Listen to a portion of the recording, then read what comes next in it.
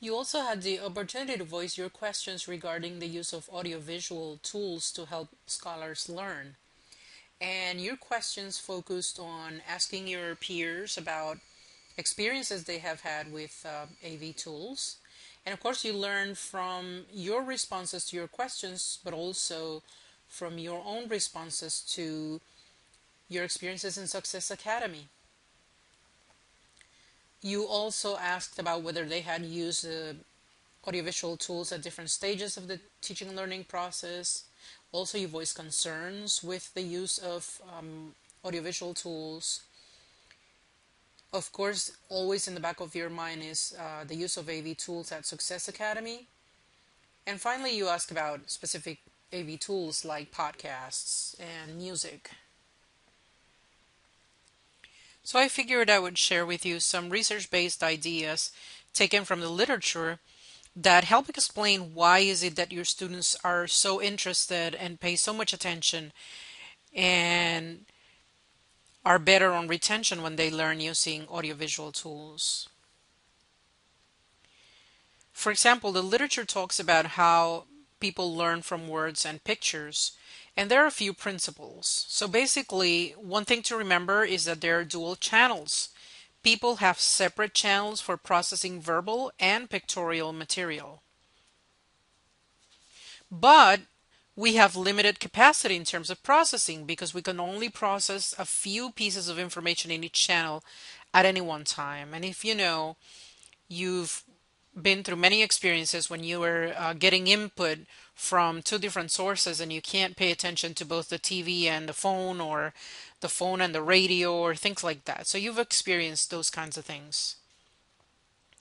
And also, another principle has to do with active processing. So people learn better from words and pictures, but only if they engage in appropriate cognitive processing during learning that includes attending to the input, mentally organizing what they are learning about, and integrating it with what they already know that they have learned in the past.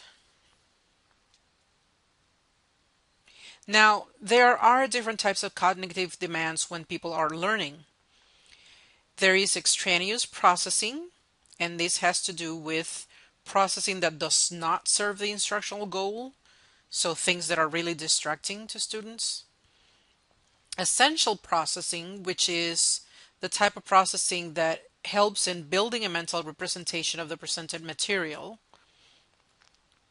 And then generative processing, which is the processing aimed at making sense of the presented material.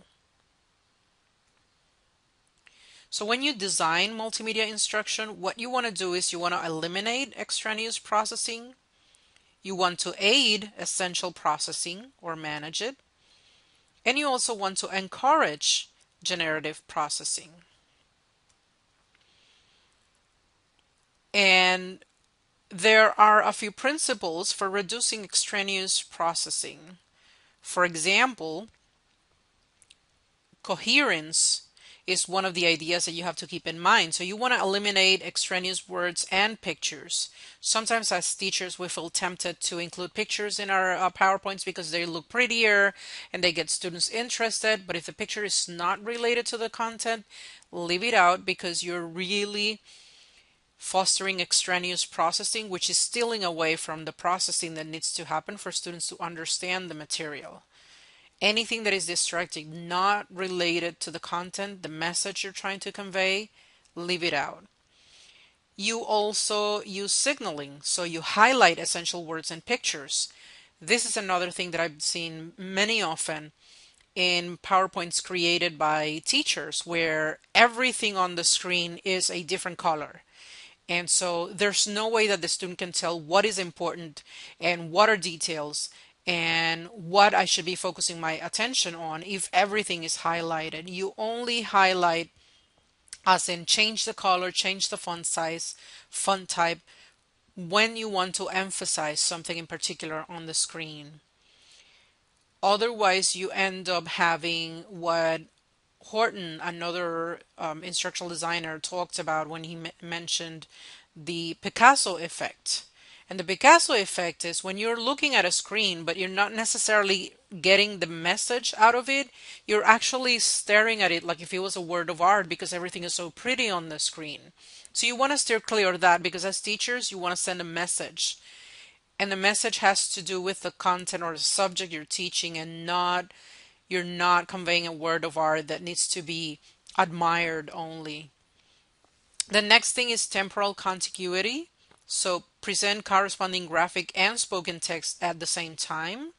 And also redundancy. You want to present graphics with spoken words rather than graphics with spoken and printed words.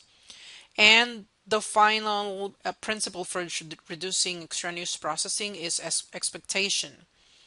So you should present a preview of the test items or the instructional objectives before the lesson. There's also principles for aiding essential processing. So the kinds of ideas and processing that you want your students to do in order to learn what you want them to learn.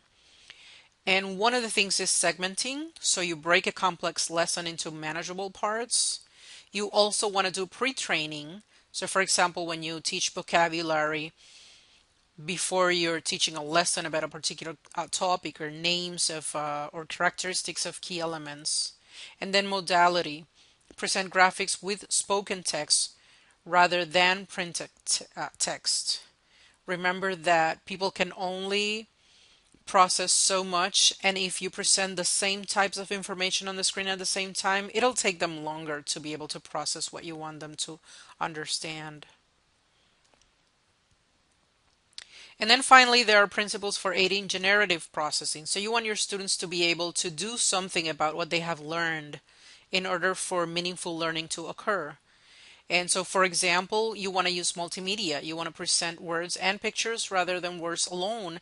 And the idea behind this is that the minute you're presenting words and pictures, students are prompted to make an integration of what they're seeing on the screen, and that is a first step to being to the generative processing process where they make sense and make meaning out of what they're seeing on the screen. The next thing is personalization. So put words in conversational style rather than formal. And the last thing is voice. Use human speech rather than machine speech.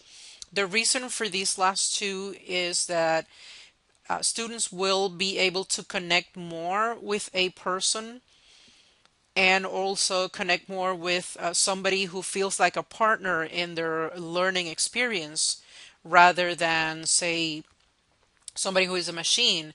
And that connection sparks the interest in doing something about what they have been learning. And that's what gets the generative processing started. On occasion, we don't have the opportunity to design media ourselves, but we can find media that we can use, and then we would have to evaluate it. And so I'm going to share with you a few rubrics that can help evaluate multimedia software, visuals, audio materials, and also video.